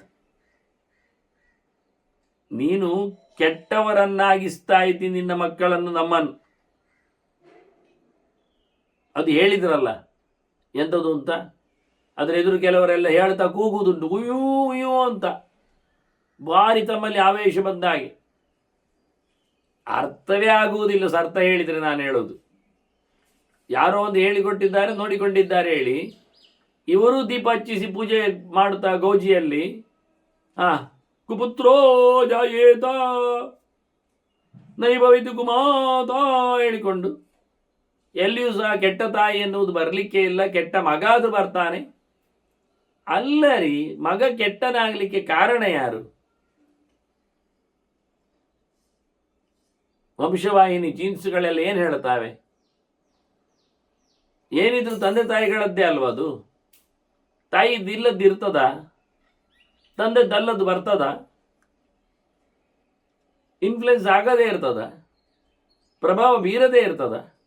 ಮತ್ತೆ ಹೇಳುವುದೆಂಥದ್ದು ದೊಡ್ಡ ಸಂಗತಿಯಾಗಿ? ಏನು ಶೂರ್ಪಣಕ್ಕೆ ಮಕ್ಕಳು ಒಳ್ಳೇದಿದ್ರ? ಶೂರ್ಪಣಕ್ಕೆ ಒಳ್ಳೆಯವಳ? ತಾಟಕಿಯ ಕತೆ ಎಂಥದ್ದು? ತಾಟಕಿ ಹೇಗಿದ್ದಾಳೆ? ಅವಳಷ್ಟೇ ಅಲ್ಲದೆ ಅವಳ ಮಕ್ಕಳನ್ನು ವಿಘ್ನ ಮಾಡಿಸಲಿಲ್ಲ ಹೋಮಹವನಗಳಲ್ಲಿ. ಪೂತನೆ ಊರಿನೆಲ್ಲ ಮಕ್ಕಳನ್ನು ತಿಂದವಳು. ಮಕ್ಕಳು ತಾಯಂದಿರನ್ನು ತಿಂದ್ರ ಏನಾದರೂ ಮಕ್ಕಳಿಗೆ ತಾಯಿ ಇರುವುದು ಒಂದೇ, ಹೆತ್ತಬ್ಬೆ. ತಾಯಿಗಾಗಲ್ಲ, ಮಕ್ಕಳೇ ಇರುವುದು ಜಾಸ್ತಿ, ಹೆಚ್ಚು ಇರ್ತಾರೆ. ಯಾರ್ಯಾರು ಎತ್ತದ್ದನ್ನೆಲ್ಲ ನುಂಗ್ತಾ ಕೂತ್ಕೊಳ್ಳಿಲ್ವ ಪೂತಾನೆ? ಎಂತ ಹೇಸಿಗೆ ಅವಳು. ಮತ್ತೆ ಕೆಟ್ಟ ತಾಯಿ ಇಲ್ಲಂತೆ. ಅದಕ್ಕೊಂದು ಸೇರ್ಪಡೆ ಇಲ್ಲಿ ನೋಡಿ. ಕದ್ರು ಮಕ್ಕಳೇ ಹಾವುಗಳು ಹೇಳ್ತಾವೆ, ಅಮ್ಮ ಎಂತ ಅನ್ಯಾಯ ಮಾಡಿದರೆ ಮಕ್ಕಳನ್ನು ತಡಿಬೇಕಾದವಳು ತಾಯಿಯಾದವಳು ಅಧರ್ಮ ಮಾಡುವಾಗ ನೀನೇ ಅಧರ್ಮ ಪ್ರೇರಣೆ ಮಾಡ್ತಾ ಇದ್ದೀಯಲ್ಲ ಮಕ್ಕಳಿಗೆ. ಹೊರಗೆ ಅನ್ಯಾಯ ಮಾಡಿದಾಗಲೇನೇ ಮಕ್ಕಳು ವಿರೋಧಿಸ್ತಾರೆ ಕೆಲವೊಮ್ಮೆ ತಂದೆ ತಾಯಂದಿರನ್ನು. ತಮ್ಮ ವಿಷಯದಲ್ಲಿ ಅಲ್ಲ, ಇನ್ನೊಬ್ಬರ ವಿಷಯದಲ್ಲಿ ಅನ್ಯಾಯ ಮಾಡುವಾಗಲೇ ಅದು ಸಮ ಅಲ್ಲ. ಇಲ್ಲಿ ಮಕ್ಕಳ ವಿಷಯದಲ್ಲಿ ಮಾಡುವಾಗಲೇ ಮಕ್ಕಳ ವಿರೋಧ ಮಾಡದೇ ಇರ್ತಾ ಮತ್ತೆ ಎಂತ ಹೇಳುದು? ಕೆಟ್ಟ ಅಮ್ಮ ಇರುವುದಿಲ್ಲ ಅಂತ ಎಂತ ಹೇಳಲಿಕ್ಕೆ ಬರ್ತದೆ?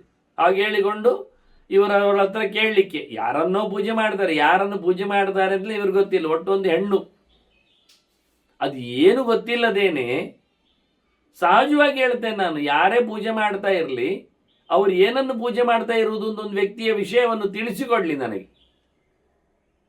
ಮತ್ತೆ ನೋಡುವ. ಅವರ ಪೂರ್ವಾಪರದ ವಾಕ್ಯಗಳಿಗೆ ಸಂಗತಿಯನ್ನು ತಿಳಿಸುವ.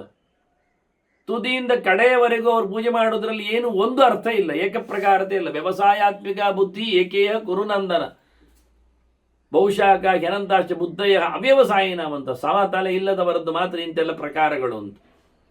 ತುದಿಯಿಂದ ಕಡೆಯವರೆಗೂ ಈ ಬಗೆ ಬಗೆಯ ಮಾತುಗಳ ರಾಶಿಯಲ್ಲಿ ಒಂದಕ್ಕೊಂದು ಸಂಬಂಧ ಇಲ್ಲದಂತೆ ಉಂಟು. ಒಂದೆಡೆ ನಾನೇ ಅಂತ ಹೇಳುವುದು ನೀನು, ಇನ್ನೊಂದೆಡೆ ಅಮ್ಮ ನೀನು ಹೇಳುವುದು. ನನಗಿದು ಅರ್ಥವೇ ಆಗುವುದಿಲ್ಲ. ಅಮ್ಮ ನಾನಾದರೆ, ಅಮ್ಮ ನೀನಾದರೆ, ಮಗು ನಾನಾದರೆ ಮತ್ತೆ ನಾನೇ ನೀನಾಗುವುದು ಹೇಗೆ? ಇದೇನು ಸಾಧ್ಯ ಆಗ್ತದೆ?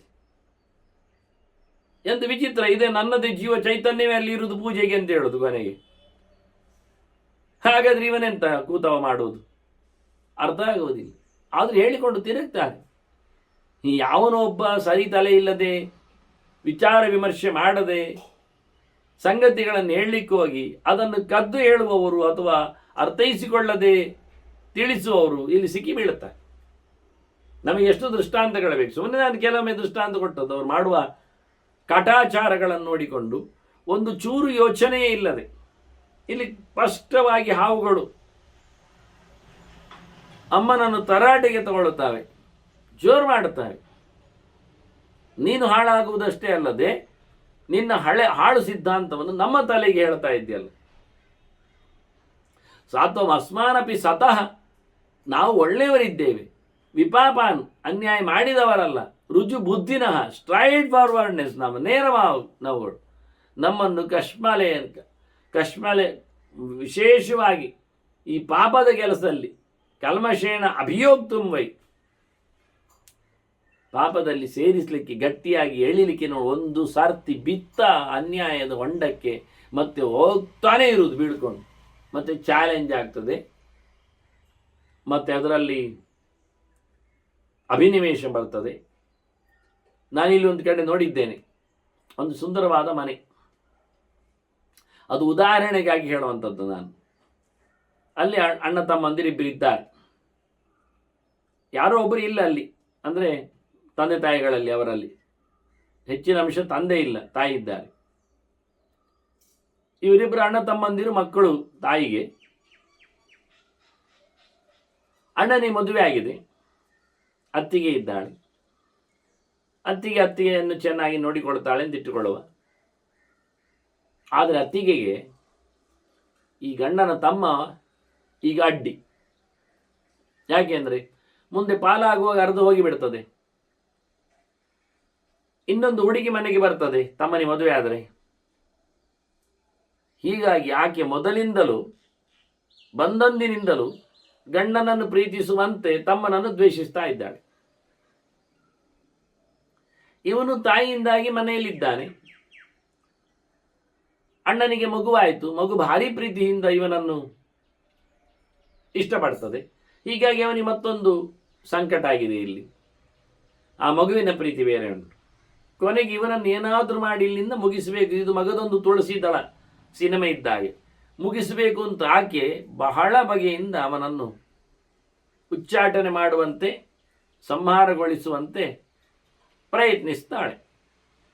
ಅದಕ್ಕೆ ಬೇಕಾದ ಸಂಪತ್ತನ್ನೆಲ್ಲ ತನ್ನ ಗಂಡನಿಂದ, ಅಂದರೆ ಅಣ್ಣನಿಂದಲೇ ತಮ್ಮನ ಕೊಲೆಯಾಗುವಂತೆ ಗೊತ್ತಿಲ್ಲದೆ ಸಂಪತ್ತನ್ನೆಲ್ಲ, ಅದಕ್ಕೆ ಬೇಕಾಗಿರತಕ್ಕಂಥ ವ್ಯವಸ್ಥೆಗಳನ್ನೆಲ್ಲ ಮಾಡಿಕೊಳ್ತಾಳೆ. ಅಣ್ಣನಿಗೆ 1% ಅದರ ಬಗ್ಗೆ ವಿರೋಧ ಇಲ್ಲ, ಗೊತ್ತಿಲ್ಲ. ತಮ್ಮನ ಕೊನೆಗೆ ಇದು ಕೆಲಸ ಆಗುತ್ತೆ ಎಂದು ಗೊತ್ತೇ ಇಲ್ಲ ಅವನಿಗೆ. ಹಾಗೆ ಅವನು ಇನ್ವಾಲ್ವ್ ಆಗಿಲ್ಲ ಅದರಲ್ಲಿ. ಮುಂದೆ ಏನಾಯಿತು ಕೇಳಿದರೆ, ಈ ಹೆಣ್ಮಗಳು ಯಾರನ್ನು ಹಿಡಿದುಕೊಂಡು, ಯಾವರೋ ಕೆಲವರೆಲ್ಲ ನೀಚರಲ್ಲಿ ಇರ್ತಾರೆ, ಕೆಟ್ಟ ಕೆಲಸ ಮಾಡುವವರು, ಮಾಡಿಸುವವರು, ಮಾಡುವಂತೆ ಪ್ರೇರಿಸುವರು, ಅವರನ್ನು ಯಾರನ್ನೋ ಇಟ್ಟುಕೊಂಡು ಇವಳು ಬೇಕಾದಂಥ ವಿಚ್ ಕ್ರಾಫ್ಟ್ಸ್ಗಳನ್ನೆಲ್ಲ, ಪ್ರಕಾರಗಳನ್ನೆಲ್ಲ, ಅನೇಕ ರೀತಿಯ ತೊಂದರೆಗಳನ್ನೆಲ್ಲ ಎಲ್ಲ ರೀತಿಯಿಂದ ಸಾಮಾಜಿಕವಾಗಿ ಎಲ್ಲ ಮಾಡ್ತಾ ಇದ್ದಾಳೆ. ಇವನು ಹುಡುಗ, ನನಗೆ ಯಾಕೆ ವಿಷಯ ಗೊತ್ತಾಯಿತು ಅಂದರೆ, ಇವನು ಹುಡುಗ ನನ್ನಲ್ಲಿ ಬಂದಿದ್ದ ಕೇಳಲಿಕ್ಕೆ.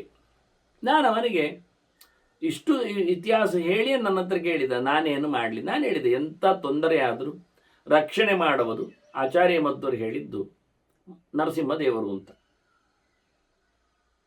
ನರಸಿಂಹಾದಿಗಮನ್ಯತ್ತು ದುರಿತಾದಿ ನಿವೃತ್ತಯೇ ಅಂತ. ಪ್ರಹ್ಲಾದ ಅದಕ್ಕೆ ನಮಗೆ ದೃಷ್ಟಾಂತ. ವಿಷವೂ ಕೊಟ್ಟಾಯ್ತು ಅವನಿಗೆ, ಆನೆಗಳಿಂದಲೂ ತುಳಸಿ ಆಯಿತು, ಹಾವುಗಳಲ್ಲಿಯೂ ಕಚ್ಚಿಸಿದ್ರು, ಬೆಟ್ಟದಿಂದಲೂ ದೂಡಿದ್ರು, ಶಸ್ತ್ರಗಳಿಂದ ಹೊಡೆದಿದ್ರು, ಕೊನೆಗೆ ಮಾಟ ಕೃತ್ರಿಮಗಳನ್ನು ಮಾಡಿಸಿದ್ದಾರೆ. ಎಲ್ಲದರಲ್ಲಿ ಅವನು ಬಚಾವಾಗಿ ಬಂದಿದ್ದಾನೆ. ಏನಾಗಲಿಲ್ಲ, ಏನು ಮಾಡಲಿಲ್ಲ ಅವ. ಸರಿ ಅಂತೇಳಿ ನಾನು ಅವನಿಗೆ ನರಸಿಂಹನ ಮಂತ್ರಚಿಂತನೆಯನ್ನು ಹೇಳಿಕೊಟ್ಟೆ. ನಡೆಸುವ ವಿಧಾನಗಳೆಲ್ಲ ಗೊತ್ತು ಅವನಿಗೆ, ಅದನ್ನು ಹೇಳಿಕೊಟ್ಟೆ. ಅವನು ಮಾಡಿದದನ್ನು ಪರಿಪೂರ್ಣವಾಗಿ ಮಧ್ಯಾಹ್ನದವರೆಗೆ ನಿರಾಹಾರನಾಗಿದ್ದುಕೊಂಡು. ಅದು ಬಹಳ ವಿಚಿತ್ರವಾದಂತಹ ಒಂದು ಸಾಧನೆಯ ಲೆಕ್ಕಾಚಾರ. ಅದು ನನಗೆ ಗಿಫ್ಟ್ ಬಂದದ್ದು ನನ್ನ ಅಪ್ಪನಿಂದಲೇ ಹಿಂದೆ. ಅದನ್ನು ಮಾಡಿಕೊಂಡವ. ಹಾಗಾಗಿ ಅವನು ಯಾವ ನೆಲೆಯಲ್ಲಿಯೂ ಬಗ್ಗಲಿಲ್ಲ, ಬಾಗಲಿಲ್ಲ, ಸೋಲಿಲ್ಲ, ಸಾಯಲಿಲ್ಲ. ಆದರೆ ಈಕೆ ಯಾರತ್ರ ವಿರೋಧ ಮಾಡಿಸ್ತಾ ಇದ್ದಾಳೆ, ಅವನಿಗೆ ಚಾಲೆಂಜ್ ಆಯ್ತದು. ಎಲ್ಲ ಇದರಲ್ಲಿ ಆಗುವುದಿಲ್ಲ ಅಂದರೆ ಏನು, ಇದಕ್ಕೆ ವಿರೋಧ ಬರ್ತದೆ ಅಂದ್ರೇನು, ಇದು ನಡೀಲಿಲ್ಲ ಹೇಗೆ ಅಂತ ಇವಳು ಏನು ಕೊಡದಿದ್ರೂ, ದುಡ್ಡು ಹಾಕದಿದ್ರೂ, ಹೇಳಿದ್ದಿದ್ರೇನು, ಮೆಟೀರಿಯಲ್ ಕೊಡದಿದ್ರು ಅವನೇ ಶುರು ಮಾಡಿದ. ಅವನಿಗೆ ಇವನೇ ವಿರೋಧಿ. ಈಗ ಇವನ ಬದುಕುವುದೇ ಅವನಿಗೆ ಒಂದು ದೊಡ್ಡ ಚಾಲೆಂಜ್ ಆಯಿತು. ಇದು ಕ್ರಮ ಮುಂದುವರಿಯುವ ರೀತಿ ಹೇಗೆ ಅಂತ, ದ್ವೇಷದ ಸಾಧನೆಯ ಕತೆ, ಸಂಬಂಧ ಇಲ್ಲದ ವಿಷಯ ಇದು. ಇದು ಇವಾಗಲೂ ನಡೀತಾನೆ ಇದೆ ಈ ಘಟನೆಗಳು. ಇದಕ್ಕೊಂದು 30-40 ವರ್ಷದ ಇತಿಹಾಸ ಬೇರೆ ಇದೆ. ಅವನಿಗೆ ಇವತ್ತು ಮದುವೆ ಆಗಲಿಲ್ಲ, ಮನೆಯಲ್ಲೇ ಇದ್ದಾನೆ. ಅಣ್ಣನ ಮಗ ಎಷ್ಟು ದೊಡ್ಡಾದ ಅಂತ ನನಗೆ ಇತ್ತೀಚಿನ ಯಾವುದೇ ಮಾತು ಬರಲಿಲ್ಲ.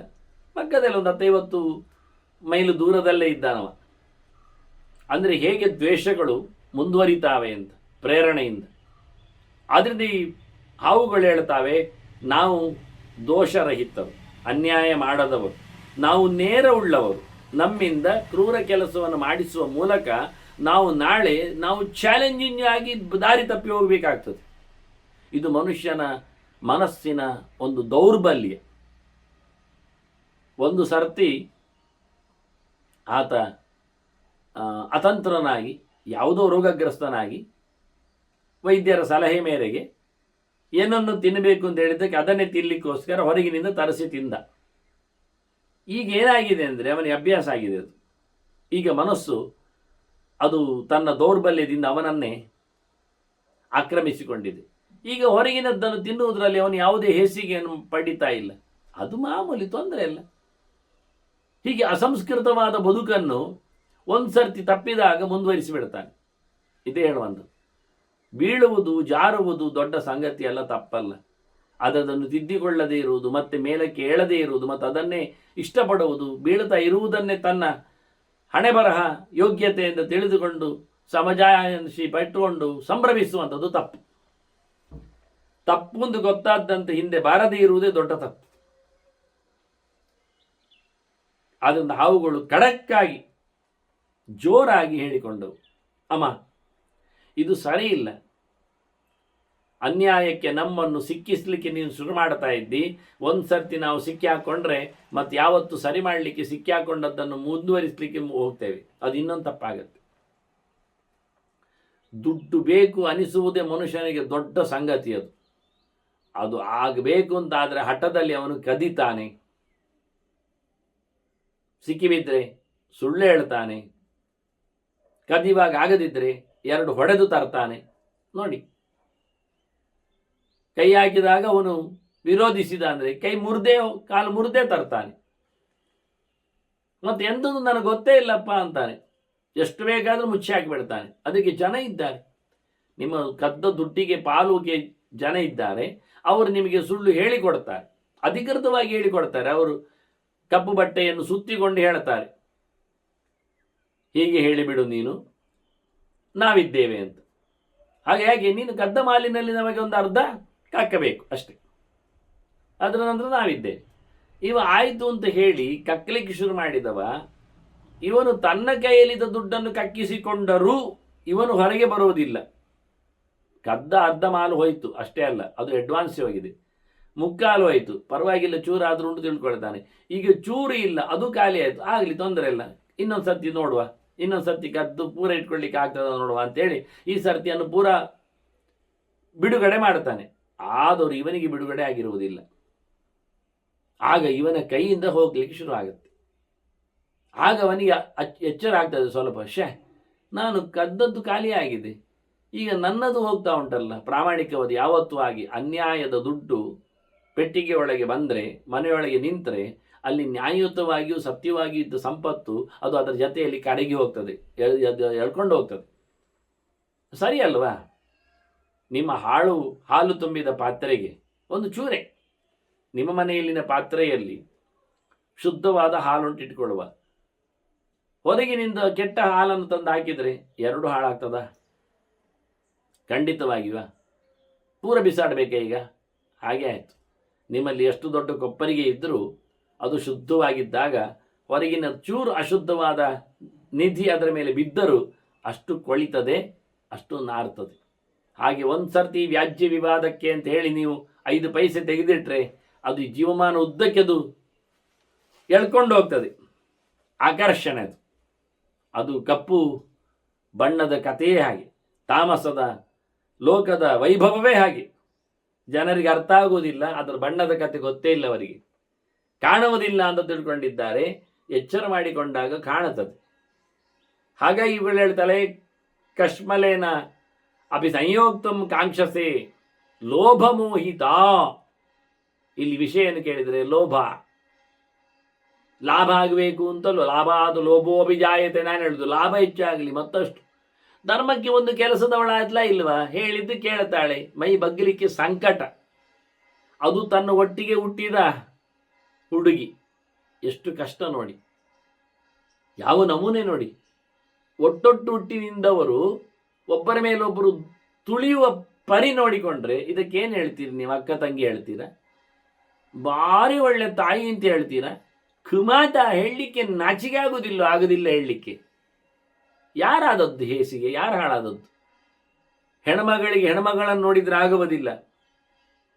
ಹೇಗೆ ತಾನು ದುಡಿಬೇಕಾಗತ್ತೆ, ತನಗೆ ಆರಾಮಾಗಿ ಕೂತ್ಕೊಳ್ಳಿಕ್ಕಾಗ್ತದೆ, ಇನ್ಯಾರದು ದುಡಿಲಿ ಅಂತ. ಪ್ರತಿಯೊಬ್ಬರನ್ನು ನೋಡುವ ದೃಷ್ಟಿ ಹೇಗೆ ಹೇಳಿದ್ರೆ ಅತ್ತೆ ಸೊಸೆಯಂತೆ ನೋಡುದು, ಮತ್ತೆಂಥದ್ದು. ಚಾಕರಿಗೆ ಒಂದು ಆಗ್ತದೆ ಅಂತ. ಯಾರ ಚಾಕರಿ ಯಾರು ಮಾಡಿಸುವುದು ಹೇಗೆ ಅಂತ ನೋಡಿ. ಇಬ್ಬರು ಪಣದಲ್ಲಿ ಸೇರಿಕೊಂಡ ರೀತಿ ನೋಡಿ ಹೇಗೆ ಅಂತ. ಆಯ್ತು ಸೋತವರು ದಾಸ್ಯರಾಗ್ತಾರೆ ನೋಡಿ. ವಿನತೆ ಅವಳಾಗಿ ಹೇಳಿಕೊಂಡದ್ದಲ್ಲ ಪಣ. ಅಷ್ಟೇ ಅಲ್ಲದೆ ಪಣದ ವಿಷಯವೂ ಅವಳಿಗೆ ಗೊತ್ತಿಲ್ಲ, ಅವಳೇ ಹೇಳಿದ್ದು ಎಂತ ಪಣ ಕೇಳುವ ಅಂತ. ಆದರೆ ವಿನತೆ ಹೇಳಿಕೊಟ್ಟದ್ದಲ್ಲ ಇದು. ಮತ್ತು ವಿನತೆ ನಿಜವಾಗಿಯೂ ಸತ್ಯವಾದಂತಹ ಸಂಗತಿಯನ್ನೇ ಬಿಳಿ ಕುದುರೆ ಅಂತ ಹೇಳಿದ್ದಾಳೆ. ಆದ್ದರಿಂದ ಅವಳಿಗೆ ಪಣದಲ್ಲಿ ತಾನು ಸೋಲುವುದಿಲ್ಲ ಅಂತ ಗೊತ್ತಿದೆ. ಹಾಗಾಗಿ ಆಯಿತು ಪಣ ಅಂದ್ಲು, ಆಗಿ ಹೋಗಲಿ. ಒಂದೊಮ್ಮೆ ವಿನತೆ ಗೆದ್ದು ಬಿಳಿಯ ಕುದುರೆ ಅಂತ ಆಗಿದ್ದು ಕದ್ರು ದಾಸಿ ಅಂತ ಹೇಳಿಕೊಂಡಿದ್ದರೆ ಖಂಡಿತವಾಗಿ ವಿನತೆ ಬೇಡ ನೀನು ದಾಸಿ ಆಗೋದು ಹೋಗು ಅಂತ ಹೇಳ್ತಿದ್ಲು. ಅವಳ ಹೃದಯವಂತಿಗೆ ಆಗಿರ್ತಿತ್ತು. ಆದರೆ ಇಲ್ಲಿ ಅವಳೇ ತಂದದ್ರಿಂದ ಆಫರ್ಗಳನ್ನು ಸರಿ ಆಯ್ತು, ಸತ್ಯ ಮಾತ್ರ ಆಗಬೇಕು. ಅವಳು ಹೇಳಿದ್ದಾಳೆ, ಸತ್ಯ ಮಾತಿಷ್ಠ, ಸತ್ಯ ಖಂಡಿತ ಆಗಬೇಕು ಅಂತ ಹೇಳಿ ವಿನತೆಯಲ್ಲಿ ಆಸೆ ನೋಡಿ ಸತ್ಯ ಇರಬೇಕು ಮಾತ್ರ, ಪ್ರಾಮಾಣಿಕ ಆಗಬೇಕು, ಮತ್ತೆ ಭದ್ರಂತೆ ಅಂತಾಳೆ. ಇದು ಅವಳ ವಾಕ್ಯ. ಹಿಂದಿನ ಕಥೆ ಯೋಚನೆ ಮಾಡಿ. ನಿನಗೆ ಒಳ್ಳೆಯದಾಗಲಿ ಹಾರೈಸಿದ್ದಾಳೆ. ಯಾಕೆ? ಸೋಲ್ ನೀನು ಪಡಿತಿ, ಅದು ಬಿಳಿ ಕುದುರೆ, ಪೂರ ಬಿಳಿಯೇ ಅದು. ಹಾಗಾಗಿ ನೀನು ಸೋಲಿಕ್ಕುಂಟು, ಸೋತ್ರೆ ನೀನು ನನ್ನ ದಾಸಿ ಆಗ್ತಿ. ದಾಸಿ ಆಗೋದು ಭದ್ರ ಕೆಲಸ ಅಲ್ಲ, ಅದು ಅಭದ್ರ, ಅದು ಒಳ್ಳೆಯ ವಿಷಯ ಅಲ್ಲ. ಆದ್ರಿಂದ ನಿನಗೆ ಒಳ್ಳೆಯದಾಗಲಿ ಅಂದರೆ ಒಂದೊಮ್ಮೆ ವಿನತೆಯ ತಲೆಯಲ್ಲಿ ದಾಸಿ ಒಂದೊಮ್ಮೆ ಕದ್ರು, ಆದ್ರೂ ದಾಸ್ಯದಿಂದ ಮೋಚನೆ ಮಾಡ್ತಿದ್ಲು ಅವಳು. ಇಲ್ಲಿ ನಿಜವಾಗಿ ಹಾವಿನ ತಾಯಿಗೇನೆ ಹೇಸಿಗೆ ಇರುವುದು ವಿಷ. ಅವಳು ವಿನತೆಯ ಲೆಕ್ಕಾಚಾರದಲ್ಲೇ ನೋಡಿ, ವಿನತೆ 2 ಮಕ್ಕಳು ಸಾಕಂದವಳು 1000 ಮಕ್ಕಳನ್ನೊಂದು ಹೇಳಿಕೊಂಡು ಹಾವನ್ನು ಹೆತ್ತವಳಿವಳು. ನೋಡಿದರೆ ಹೇಸಿಗೆ ಅಂತ ಮಕ್ಕಳು, ಬುಸುಗುಟ್ಟಿದರೆ ಬಿಡಿ, ಮತ್ತೆ ಕಚ್ಚಿದರೆ ನೋಡುವುದರಲ್ಲಿ ಸರಿ ಇಲ್ಲ ಅಂತ ಹೇಳಿಕೊಂಡವರನ್ನು ಇವಳ ಕತೆಗೆ. ಆದರೆ ಇದು ಕದ್ರುವಿನದ್ದೇ ಪೂರ್ತಿಯಾದಂತಹ ಅವ್ಯವಸ್ಥೆಗಳು. ಅದರಿಂದ ತಾಯಿಯ ಬಗ್ಗೆ ಹೇಳ್ತಾರೆ ಲೋಭಮೋಹಿತ ಅಂತ. ನಿನಗೆ ತಲೆ ಕೆಟ್ಟಿದೆ, ನೀನು ಕೂತು ತಿನ್ನಲಿಕ್ಕೆ ಬಯಸ್ತಾ ಇದ್ದಿ, ಇನ್ನೊಬ್ಬರನ್ನು ಬಗ್ಗಿಸಲು ನೋಡ್ತಾ ಇದ್ದಿ. ಅದು ಟ್ರಿಕ್ಸಿನಲ್ಲಿ, ಉಪಾಯದಲ್ಲಿ, ಮೋಸದಲ್ಲಿ. ಮನುಷ್ಯ ಲೋಭದೆಡೆಗೆ ಹೋಗಬಾರ್ದು. ತ್ರಿವಿಧಂ ನರಗಸ್ಯೇದಂ ದ್ವಾರಂ ನಾಶನಮಾತ್ಮನಃ ಕಾಮಕ್ರೋಧ ತಥಾ ಲೋಭ ತಸ್ಮಾದೇತತ್ರಯಂ ತ್ಯಜೇತ್. ಕೃಷ್ಣ ಹೇಳಿದ್ದ 3 ಬಿಡಿ ಅಂತ, ಕಾಮಕ್ರೋಧ ಲೋಭ ಅಂತ, ನರಕದ ಬಾಗಿಲು ಅಂತ. ಅದರಿಂದ ಮಕ್ಕಳು ಹೇಳ್ತಾರೆ ಲೋಭದ ದಾರಿ ಇದು, ನಾವು ಮಾಡುವುದಿಲ್ಲ. ತೇ ವಯಂ ತ್ವಾಂ ಪರಿತ್ಯಜ್ಯ ದ್ರವಿಷ್ಯಾಮ ದಿಶೋ ದಶ. ನಾವು ಸಿಕ್ಕಾಬಟ್ಟೆ ದಿಕ್ಕಾಪಾಲಾಗಿ 10 ದಿಕ್ಕಿನೆಡೆಗೆ ಓಡಿಬಿಡ್ತೇವೆ. ಎಂಥದಕ್ಕೆ ಓಡುದು ಗೊತ್ತುಂಟ? ಇನ್ನೊಮ್ಮೆ ನೀವು ಇಂಥ ಕೆಲಸಕ್ಕೆ ನನ್ನನ್ನು ಸಿಕ್ಕಿಸಬಾರ್ದು ಅಂತ. ಒಂದು ನಮೂನೆ ನೋಡಿ, ಹಾವುಗಳು ಓಡ್ಲಿಕ್ಕೆ ಆಗ್ತದೆ ಆಗೋದ್ರಿಂದ ಅವುಗಳ ಗಮ್ಮತ್ತು ನೋಡಿ. ಎಲ್ಲೆಂದರಲ್ಲಿ ಓಡ್ತೇವೆ. ಯತ್ರ ವಾಕ್ಯಂ ನಮೇ ಮಾತಃ ಪುನಃ ಶ್ರೋಷ್ಯಾಮ ಈ ದೃಶ್ಯ. ಈ ನಮೂನೆಯ ಮಾತು ನಾವು ಖಂಡಿತವಾಗಿ ನಿನ್ನಿಂದ ಕೇಳಲಿಕ್ಕೆ ಇಷ್ಟಪಡೋದಿಲ್ಲ. ಇನ್ನು ಕೇಳದಂತಿರ್ಲಿಕ್ಕೆ ನಾವು ಓಡಿ ಹೋಗ್ತೇವೆ. ಇದು ಗಮ್ಮತ್ತು. ಮಕ್ಕಳು ಮಾಡಬೇಕಾದ ಕಥೆಯನ್ನು ಹಾವುಗಳು ಹೇಳಿಕೊಡ್ತಾವೆ. ಅಮ್ಮ ಕೆಟ್ಟರೆ ನೀವು ಕೆಡಬೇಡಿ, ತಪ್ಪಿಸಿಕೊಂಡು ಓಡಿಬೇಡಿ ಅಂತ. ಭಾರಿ ಚಂದವಾದ ಈ ಅಮ್ಮ ಅಲ್ವಾ ನಾನು, ಅದು ಅವುಗಳದ್ದೆಲ್ಲ ಉಂಟು ಟ್ರಿಕ್ಸು ಹೆಣ್ಮಕ್ಕಳದ್ದು. ವಚಶ್ಚ ಶ್ರವಣಾಮೃತಮ್ ಅಂತ ಅಪ್ಪನೇ ಕಶ್ಯಪನೇ ಹೇಳ್ತಾನೆ, ಇವನೇ. ಎಂಥ ಚಂದ ಮಾತಾಡ್ತಾವೆ, ಒಂದು ನೋಡಲಿಕ್ಕೆ ಏನು ಕೆಲವಲ್ಲಿ ಬರ್ತಾವೆ, ಅದನ್ನು ನೋಡಬೇಕು ಮತ್ತೆ ಅಂತ. ಹಾಗಾಗಿ ನಾನು ಅಮ್ಮ ಅಲ್ವಾ, ಅಮ್ಮನಿಗೆ ಹೇಳಿದ್ದು ಕೇಳಲಿಕ್ಕೆ ಉಂಟಲ್ಲ ಅಂತ ಶುರು ಮಾಡಿದ್ದು ಮಾತೃದೇವೋಭವ ಅಂತ. ಅದಕ್ಕೆ ಭಾಳ ಚಂದವಾದ ಚುಚ್ಚುಮದ್ದನ್ನು ಈ ಮಕ್ಕಳು ಕೊಡುತ್ತಾರೆ. ಹಾವಿನ ಮಾತು ಹೇಗಿದೆ ಎನ್ನುವುದು ನಾವು ಮತ್ತೆ ಸೇರಿದಾಗ ಕೇಳುವ ವಂದನೆಗಳೊಂದಿಗೆ ಶ್ರೀಕೃಷ್ಣ ನಾರಾಯಣ ನಾರಾಯಣ ನಾರಾಯಣ.